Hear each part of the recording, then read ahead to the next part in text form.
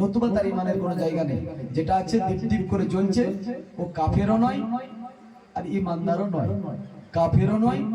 বাইনাল আব্দি বাইনাল কুফরি তারকুস সালাত, আল্লাহ নবী বলছে, এটা আমি বলছি না, বুখারী মুসলিম শরীফের হাদিস। আল্লাহ নবী বলছে যার নামাজ নেই তার কিছুই নেই। বাইনাল আব্দি বাইনাল কুফরি তারকুস সালাত, যে নামাজ ছেড়ে দিয়েছে, অতএব যে নামাজ ছেড়ে দিয়েছে তারা হচ্ছে বেদিন, মুশরিক, কাফের, তাদের মধ্যে নামাজ নেই, নামাজ নেই।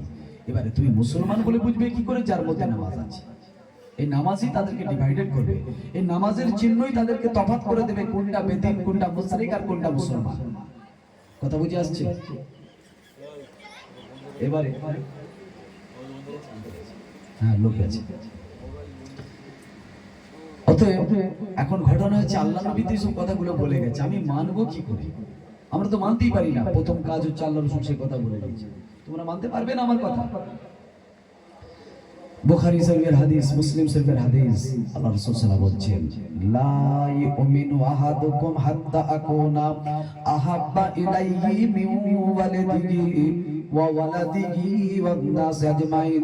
আল্লাহ নবী বললেন, হে দুনিয়ায় আমার উম্মত উম্মতিরা শুনে নাও, জেনে রাখো, ও আমার সাহাবারা, যখন তোমাদের মাঝে তোমাদের সন্তান সন্ততি থাকবে, ধন সম্পদ থাকবে, এই তোমাদের কাছে জীবনের সব থেকে যেগুলো প্রিয়, তোমাদের সন্তান সন্ততি, ধন সম্পদ, টাকা পয়সা, গাড়ি বাড়ি, যেগুলো তোমরা বেশি মহব্বত করো, প্যার করো, এইগুলোর মায়ার বশীভূত হয়ে তোমরা নামাজের দিকে আসতে পারবে না, ইমানের পথে আসতে পারবে না, যতক্ষণ না ওইগুলা অপেক্ষা, তোমরা যতক্ষণ না সন্তান সন্ততি, তোমাদের স্ত্রী, তোমাদের মা বা ভাই বোন, টাকা পয়সা, ধন দৌলত, গাড়ি বাড়ি অপেক্ষা আল্লাহ আল্লাহ রাসূলের বেশি মহব্বত যতক্ষণ না করতে পারবে, যতক্ষণ না বেশি ভালোবাসতে পারবে, ততক্ষণ পর্যন্ত তোমরা পূর্ণ ঈমানদার হতে পারবে না। সেই জন্য আল্লাহ নবী বলে দিয়েছে, সব কিছু অপেক্ষা আল্লাহ যে কথা বলবে, রাসূল যে কথা বলেছে, কোরআন থেকে যে কথা বলা হবে, হাদিস থেকে যে কথা বলা হবে, ওই কথা অনুযায়ী সব দুনিয়ার ছেড়ে দিয়ে আমাকে আগে ওই কথাকে আমল দিতে হবে। এটা দিয়েছিল কারা? সাহাবায়ে কেরামরা। এক নাম্বার খাঁটি মুসলমান দ্বারা এটা দিনের পর দিন পরিচয় দিয়ে গেছে। কারাবা ইবনে বাসির রাদিয়াল্লাহু তাআলা, কারাবা ইবনে বাসির, বাসির একটি ছোট্ট বালক, বাসির একটি ছোট্ট বালক। আল্লাহ রাসূল যুদ্ধে যাওয়ার জন্য সাহাবা کرامদেরকে জিজ্ঞাসা করলেন। সাহাবা کرامরা সঙ্গে সঙ্গে আল্লাহ রাসূলের বলতে দেরি, প্রস্তুতি নিতে দেরি না, জোরে বলেন না সুবহানাল্লাহ। আল্লাহ নবী বলার সঙ্গে সঙ্গে ওই বাসিরের পিতা হযরত কারাবা রাদিয়াল্লাহু তাআলা আনহু বললেন, হুজুর আমি উপস্থিত, আমি হাজির, আপনি একবার বলুন যুদ্ধে যাওয়ার জন্য আমরা হাজির আছি। আল্লাহ নবী বললেন, হ্যাঁ চলে যাও, যুদ্ধের জন্য বের হয়ে যাও। কারাবা বললেন, ইয়া রাসূলুল্লাহ, হুজুর, ইয়া হাবিবাল্লাহ, হুজুর আমার একটি মাত্র ছেলে, নামটা হলো বাশির, বাচ্চা ছেলে, প্রায় 10 বছর কম বেশি বয়স, 10 থেকে 12 বছর বয়স, এমন একটা ছোট্ট বাচ্চা ছেলে আমার আছে।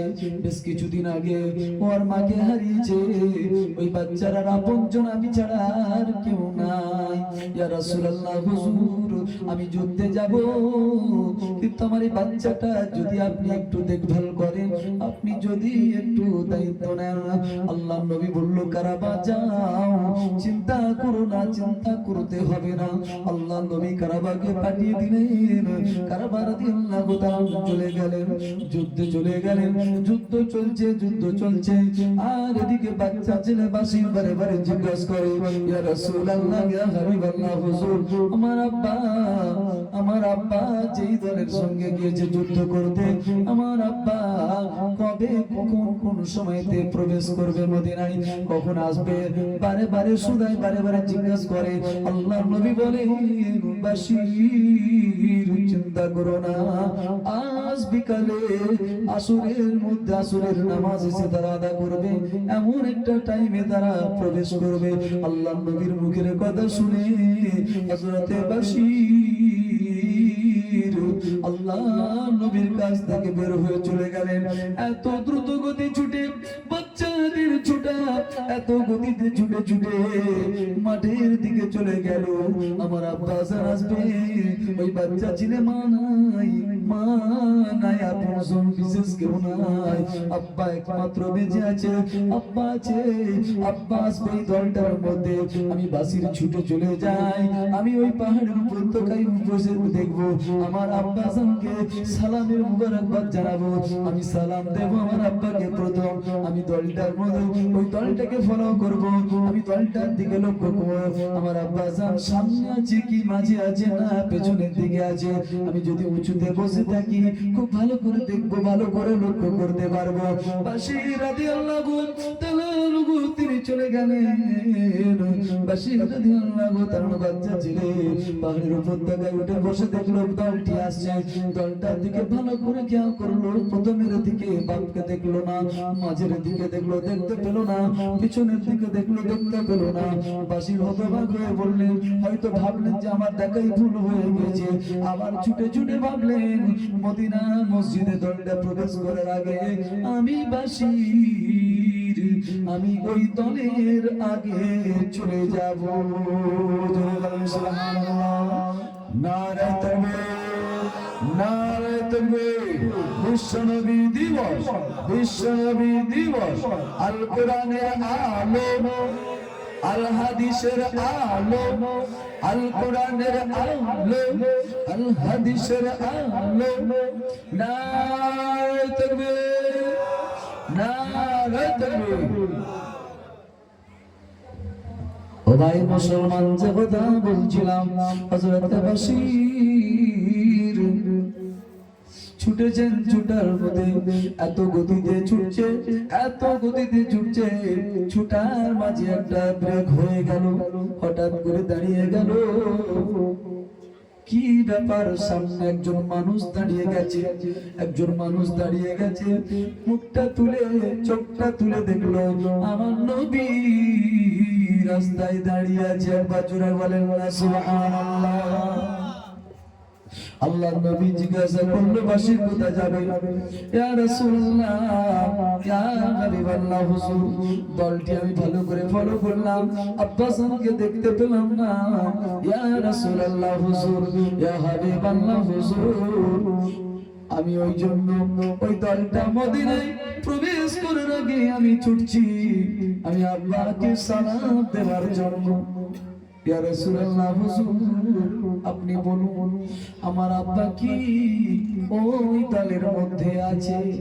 আল্লাহর নবী চুপ থাকলেন, কোনো উত্তর দিলেন না। আবার জিজ্ঞাসা করলেন, ইয়া রাসূলুল্লাহ হুজুর, ইয়া হাবিবাল্লাহ হুজুর, আমার আব্বা কি ওই দলের মধ্যে আছে? আল্লাহর রাসূল কোনো উত্তর দিলেন না।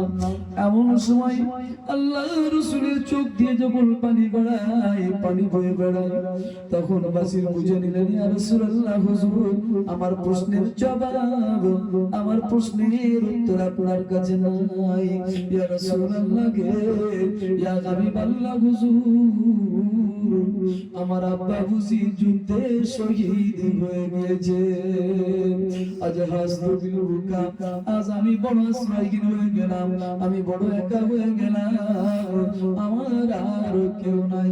আল্লাহ নবী বলেছিল, ও বাশির শুনে গো, আয়েশা দাম্মুকা, আয়েশা যদি তোমার মা হয় আর আমি যদি তোমার পিতা হয়, তাতে কি তুমি খুশি হবে না? জোরে বলেন সুবহানাল্লাহ, আরেকটু জোরে বলেন না সুবহানাল্লাহ। কই হাসিবুল ভাই জোরে বলছেন, কই সুবহানাল্লাহ? তাহলে আমার কানে আসতে হবে তো, এত বন্ধু লোক, চেনা পরিচিত লোক, আমার না হয় গলার তেজ নাই। তো যাই হোক, আমি তো আর বেশি বাড়াতেই পারবো না। আমাকে বলেছিল যে আপনার মনির ভাই যে খুব রিকোয়েস্ট করেছিল যে 1 ঘন্টা করবে, কিন্তু কি করবো, আমার তো গলাই বইছে না। আর হুজুর যখন এসেছেন আমার ওস্তাদ লোক, অতএব যাক, আপনারা হুজুরের মুখ থেকে শুনবেন। আমি ভাঙা গলাতেই তাই যতটুকু পারলাম আপনাদেরকে বললাম একটু কথা। তো আল্লাহ চাইলে আবার অন্য সময় ভালো করে হবে ইনশাআল্লাহ, আপনারা দোয়া রাখবেন। জি, আল্লাহ পাক আমাদের সকলকে শোনা জানা আমল করার তৌফিক দান, আমিন।